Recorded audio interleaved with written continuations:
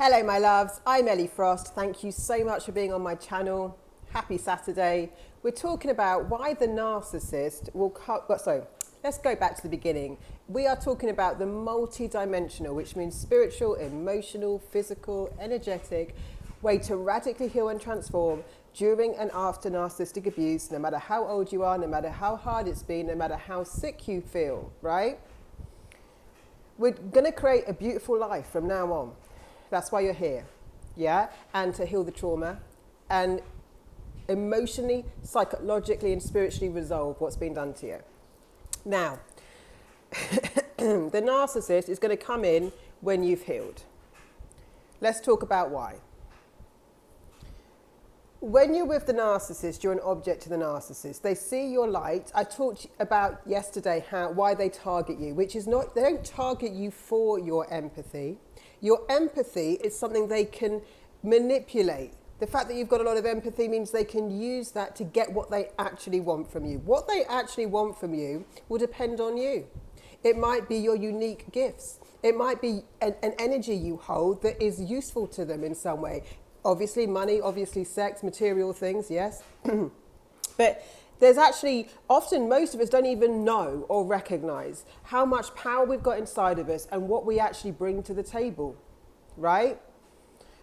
People being in your energy can actually get a lot from it, especially an empath, a light worker, a healer, yeah? Someone who has got a naturally beautiful way to be with people.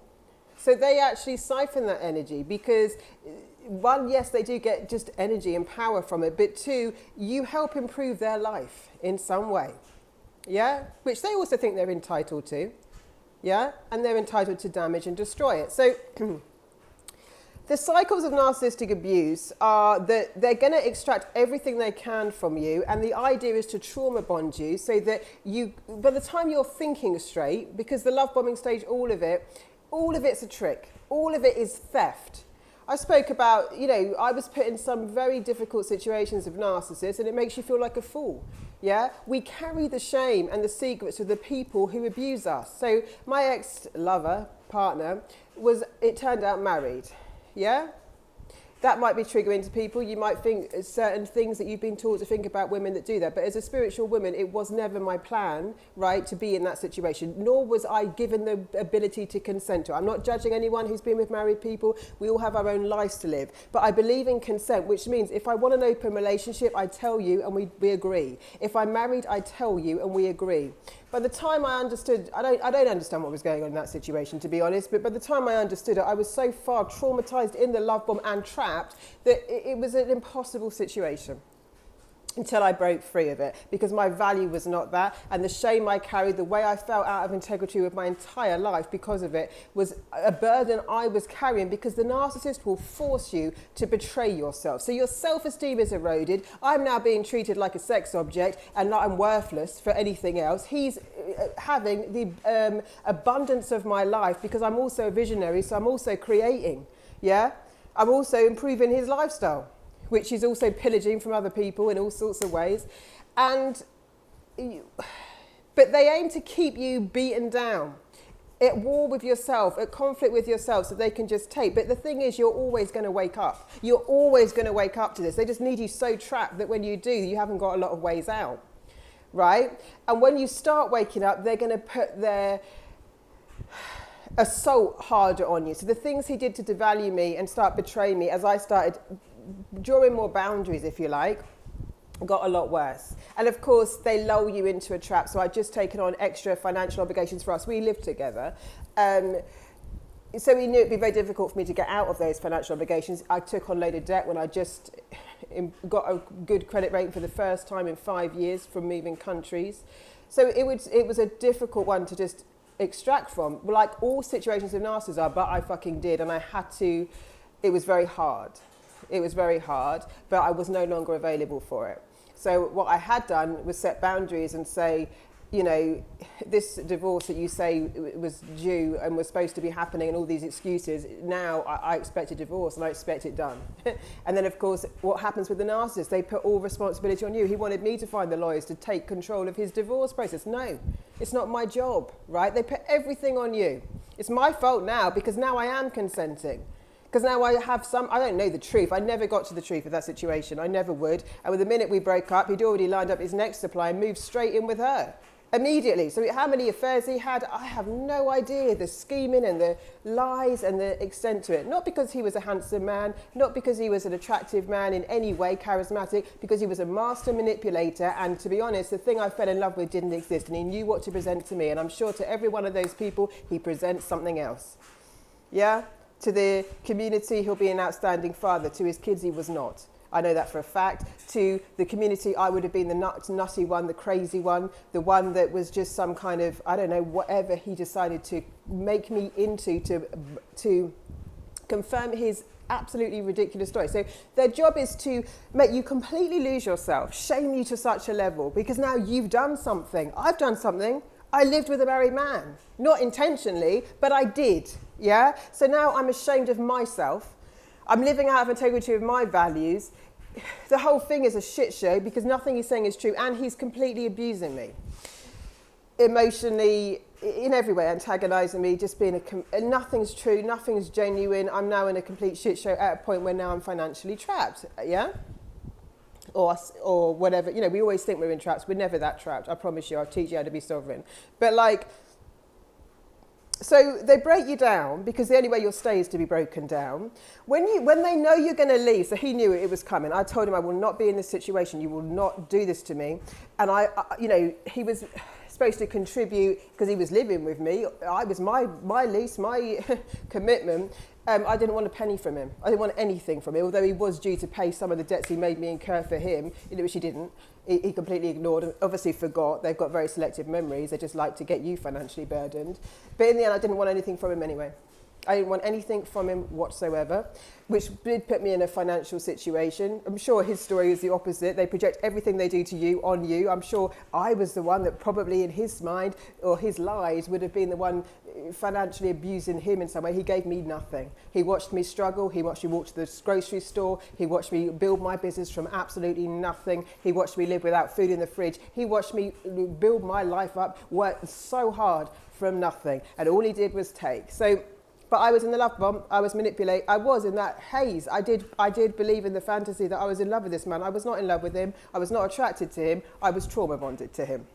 So when he knew I was going to leave, what he did was everything he could to devastate me. He got with another person immediately, so obviously that had been going on for a long time, and put it in my face, paraded it outside my door, literally. You know, so I was devastated. Because I was still hurt. This was still a man that I had a lot of feelings for. I was in love with. I had moments with. We had times together with, right?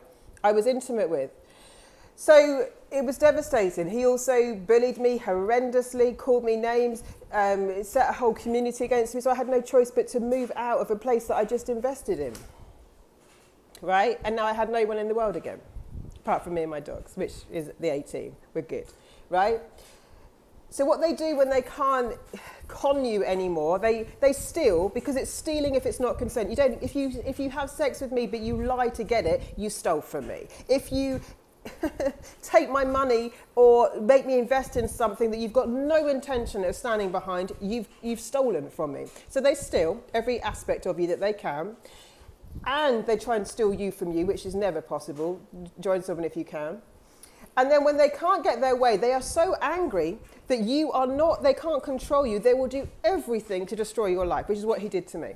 He knows how to destroy me. Why? Because I'd already been traumatized. I'd just come out of a business partnership with a complete narcissist. I had told him every single thing in the world that hurts me. He had been the answer to all my prayers. To be honest, I was the answer to his prayers. That man I know intuitively would have prayed for someone like me as a blessing in his life, and all he did was trash it. And so now you're going to watch the karma of that unfold in your own life too, because often we are the blessing for certain people to change, and they don't take their blessing, they choose the dark, and there are consequences in an energetic universe. The balance comes back in. But they're so angry that you've left them that they'll do everything to destroy you. And that's what happened. I couldn't earn money in the same way. I was totally devastated. I was re-traumatized. I did rebalance quicker because I'd already learned a lot by now. But I mean, it was devastatingly hard. Yeah. I had no rights to welfare. I had no rights to food stamps. I didn't have food. I was unsafe, and it was very scary. and I had a responsibility for my dogs. And again, so it's always like our responsibility. Like, you want to stay because you feel it's safer to stay. I promise you, it's so dangerous around these people. You will find a way through. But they'll do everything they can to destroy you. They know what they're doing. They think you've got no right. In his mind, if I wasn't willing to play ball and be whatever he needed to be, his sex object, his thing that boosted his morale, I did so much to help him in his work and give him advice and blah, blah, blah. If I wasn't going to play game and accept his terms, which were not consensual, that he would stay married if he wanted to, or I'd have to take control of his divorce. I mean, what the fuck is that? And he could have other people or do whatever he wanted to me and treat me in a very disrespectful, horrible way, then I should be extremely punished for that. That's their mind. Now, then what happens is, if you do heal, which you will, especially if you're here, when you're juicy again, not destroyed, you see, you've got more to offer them, they come back in. They come back in because they're the most distorted, crazy people on the planet. So yeah, he's tried to come back in and I will not take the call. The audacity of it is sickening. Why do they come back in? Because now they sucked the life out of you, they sucked your resources out of you, and now you've rebuilt. It's a great time for them to feed off you again. Not because they're sorry, not because they care. Remorse would be very different to that. They had no, if they're a true, if it's some kind of dynamic that I'm talking about, they know what they're doing, they know when they cheat, they know when they lie, they know when they betray you, they see the impact on you, they know who you were when they met you, powerful, different, full of joy, full of light, they know what they'd taken and stolen from you. They don't feel sorry about it, they feel angry that they lose control, and when you get juicy and full of abundance and in your light again, they just want to come in with some thing that will appeal to you on some level because they've learned all the tricks in the book. They know what turns you on, they know what hurts you, they know how to be the illusion of the answer to it. They're only there to take. They have no other agenda. If it's a narcissist, do not fall for this trick. It's absolutely disgraceful, but it exists. And it's as predictable as anything else. When you were at your lowest, begging for help, when he'd left me homeless in the end, laughing at me, lying about me, betraying me, every word in the universe spoken against me, I felt. I'm a spiritualist. I'm attuned. No remorse. No remorse for the lies, no remorse for the truth. But now I'm juicy. Now I'm a beautiful, juicy fruit again that he thinks he can feed off. This is the mind of the narcissist, absolutely distorted.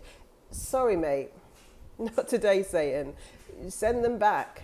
Send them back to the devil who they made a deal with and get them out of your life, right? If you want to join Sovereign Johnny from May, thank you for being here. Lots of love, guys. I'll speak to you soon.